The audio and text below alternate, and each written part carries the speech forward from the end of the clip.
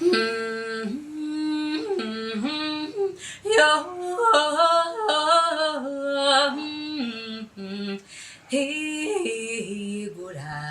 higura nawe.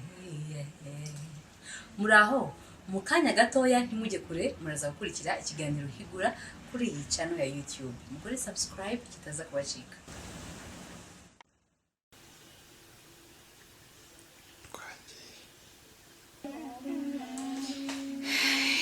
Mwana Imana shiti bakunze ikiganiro Higura, ikiganiro cyanyu mukurikira kuwa mbere no kuwa kane njye kibagezaho ndi Amandine. Uyu munsi rero turazoganira ku bintu bitandukanye, ariko nanone nkuko mumenyereye hari iby'ingenzi dutegura akabyo tuza kuganiraho by'umwihariko. Hari abantu benshi usanga avuga ngo ubundi ngo kwezi kwa mbere ngo ni Mutarama, ngo kwa kabiri ngo Gashyantare, ariko si ubundi wa mugani kubera iki babivuga gutyo. Hari umuntu watungura ugatunga ati vuga ukwezi kwa karindwi ni gute, atavuga ati ubwo ni gutera, akabanza akabara muri za ndirimbo twajya twiga mu mashuri abanza ngo Mutarama, Gashyantare, Werurwe, Mata, bitewe n'ahantu wize. Hari indirimbo nyine yagiye ikorwa kugira ngo ubashe gufata neza amezi mu Kinyarwanda bikorohere nyine kuyavuga. Ariko utunga uyu muntu ukatumubwira ngo Gicurasi ni ukuhe kwezi, shwi arabanza bare nyine muri ya ndirimbo akubwire nyine naza kugera ahita avuga ati nuko kwezi nyine kugira ngo bimworohere. Ariko niyo mpamvu tugomba no gusobanukirwa se ubundi kubera iki aya mezi yacu yiswe gutya mu rurimi rw'Ikinyarwanda. Tuzi ko aravuga mu kwezi kwa mbere, ngo kwa kabiri, kwa gatatu, ariko n'ubundi mu Kinyarwanda cyacu tuvuga Mutarama, Gashyantare, Werurwe, tugakomeza kugira ngo nyine tusobanukirwe neza. Noneho unamenye ngo kuki ubundi bavuga ngo ukwezi kwa Mata, kuki bavuga ngo Ukuboza, kuki bavuga gutya, ese impamvu byiswe gutya nyine ni iyihe. Niyo tujya kugaruka muri iki kiganiro. Turavuga rero ku kwezi kwa mbere, ariko n'ubundi Mutarama. Aya mezi rero n'ubundi uko 12 n'ubundi uko agenda asobanura.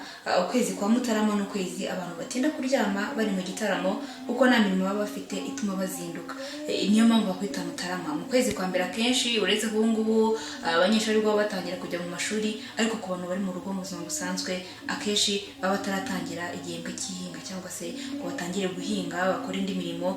Nta yindi mirimo ihari ihagije umuntu ashobora kuba yazinduka akora bitewe n'akazi akari ko, ariko twebwe turajyanisha mu bihe by'ihinga kuko nibyo bihe tubara cyane.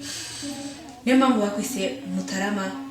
Abantu benshi baratarama nyine kuko bavuga bati ntabwo ndi buzinduke, reka twitaramire mu gitondo nta kazi kenshi gahari. Ukwezi kwa Gashyantare rero ni igihe n'ubundi kizuba rikaze cyane ku buryo nta bantu baba bakicara ngo ku ntare. Ubundi intare ni amabuye nyine n'ubundi bitewe n'agace umuntu akomokamo ashobora kwita intare cyangwa se urutare cyangwa se ibuye bitewe nyine n'ahantu wowe ukomoka. Kubera rero ubushyuhe bwinshi nyine bukomoka kuri iryo zuba, aya mabuye aba yashyushye, nta muntu ushobora kwicara ku ibuye nyine rishyushye.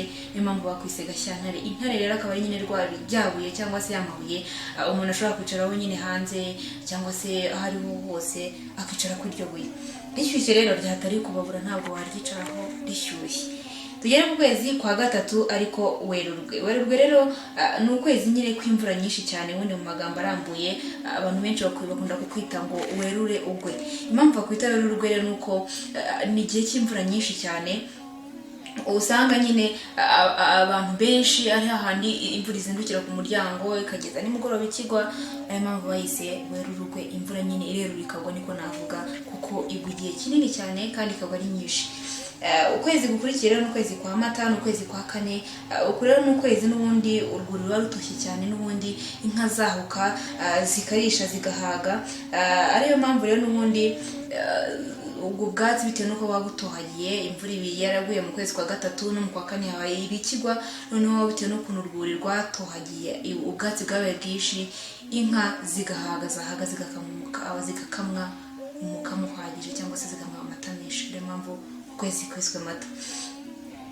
Tujye mu kwezi kwa Gicurasi, ariko ukwezi kwa gatanu. Uku kwezi rero ni ukwezi n'ubundi kw'ibicu byinshi cyane bibyuka n'ubundi bibuditse hasi.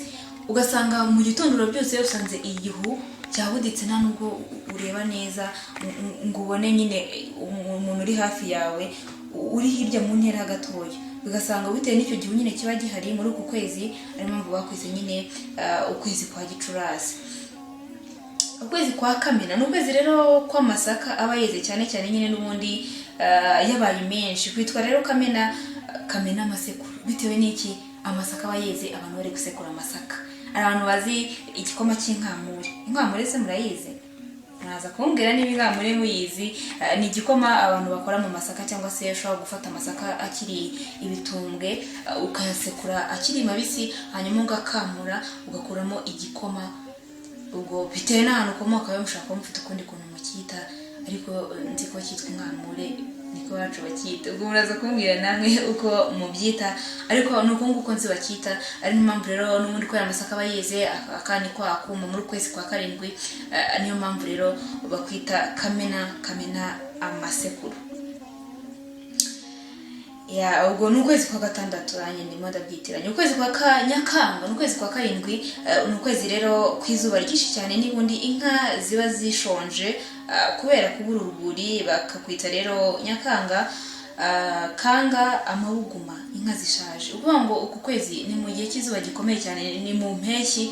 Ko ari mu mpeshyi mu kwezi kwa 7 bari impeshyi, ari igihe cy'izuba rirerire cyane rimara igihe, ugasanga abantu benshi nyine biranagorana mu gihe cy'izuba. Burya nubwo n'imvura yabaye nyinshi cyane bigorana, ariko izuba ryinshi ku matungo biragorana cyane, bisaba gushakisha ibyo kurya bitewe n'uko ubwatsi nyine buba bwarumye, nta rwuri mu rwuri ubwatsi bwarashizemo, bisaba nyine ahantu buhira kugira ngo inka zibone ko zirya. Impamvu bavuga ngo ni Nyakanga kanga amabuguma no kubera ko inka zishaje nyine zo noneho urumva ubuzima bwa bugoye cyane, kubona ubwatsi biba bizigoye. Tugere ku kwezi rero kwa Kanama n'ukwezi kwa 8. Ibi bintu byose rero biba byanamye kubera izuba ryo muri Nyakanga. Abakunze n'ubundi kukwita Kanama kanamiye Nzeri. Uku kwezi kwa 7 bakunda kwita Kanama kanamiye Nzeri. Kwa 8 nako munyihanganire. Ni mpamvu rero urumva mu kwezi kwa 8 nibwo ibintu biba byaramaze kuma bitewe n'impeshyi yo mu kwezi kwa 7. Ibintu byose byaramaze kuma, akaba niyo mpamvu ubona ahantu hose nyine hasa n'ahanamye, ibyatsi byarumye, ibiti byarumye, ukabona ahantu hose haranamye. Ko kwanama no kugera gute n'ahantu hari ikintu hari ubusa nyine. Ukwezi kwa Nzeri ni ukwezi ibihe biba bitangiye kumera neza, ibyo bahinze biba bitangiye kwera, bya zuba ryahise n'ubundi akavura gatangiye kujojoba. Mu kwezi kwa 9 niho ubona akavura gatangiye kuza nyine, akabona ari Nzeri nyine ko ibintu biba bitangiye kwera. Tugere ku kwezi Ukwakira n'ukwezi kwa 10. N'ukwezi rero ko kwakira imyaka nyine ibyo bahinze biba byiza mu kwakira, haba ukwakira n'ukwakira. Ubwo rero imyaka iba yeze, abahinze batangiye gusarura nyine n'ubundi ibyo baba barahinze. Mu kwezi kwiza cyane rero aho ngaho urumva ko bimeze neza cyane. Tugere kwezi kwa 11 ni Ugushyingo. Ukwezi k'Ugushyingo rero nyuma yo kweza cyane no gusarura mu kwakira hahita haza n'undi ukwezi ko guhunika imyaka. Ku kwezi k'Ugushyingo rero gushyingura Ukuboza, bitewe n'uko niba ari ugushyingura bya bindi nyine baba warejeje ukabihunika mu bigega ku bakibifite, cyangwa se mu mifuka ubu ngubu n'isigaye iriho akaba ari ubika ibyo wejeje. Tugere ukwezi kwa nyuma rero ariko kukuboza nuko ubu kwezi rero imyaka ibigenda isaza kubera nyine kubura izuba, aho ihunitse indi ikiri mu murima, kuko nanone iba yareze ntisarurwe, bikaba byayiviramo kubora.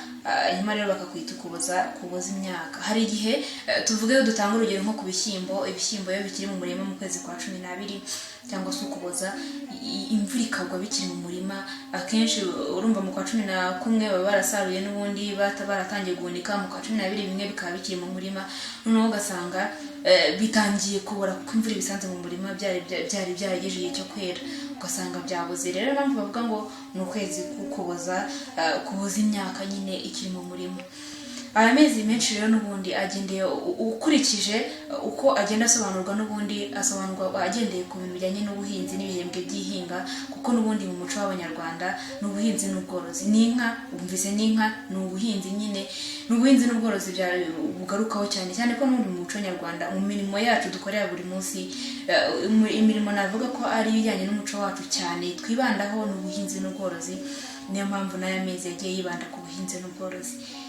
Hatazagira wongera kuvuga ngo sinamubwiye amezi uko bigenda, si ku kwezi gusobanura iki nabibabwiye.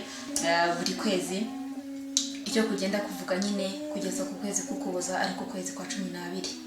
Reka mbashimire rero mbibutsa ko ikiganiro cyacu kiba kuwa mbere no kuwa kane, ariko nanone mbibutsa ko mu mpera z'ukwezi tuzatoza ibibazo bitandukanye muri buri kiganiro tuba twaranyujijeho, hanyuma umuntu utsinze abandi cyangwa se utsinze ibibazo twamubajije agahembwa amafaranga 50,000 by'amanyarwanda. Mukomeze kugira ibihe byiza, ngende Amandine wagize iki kiganiro, mugire amahoro.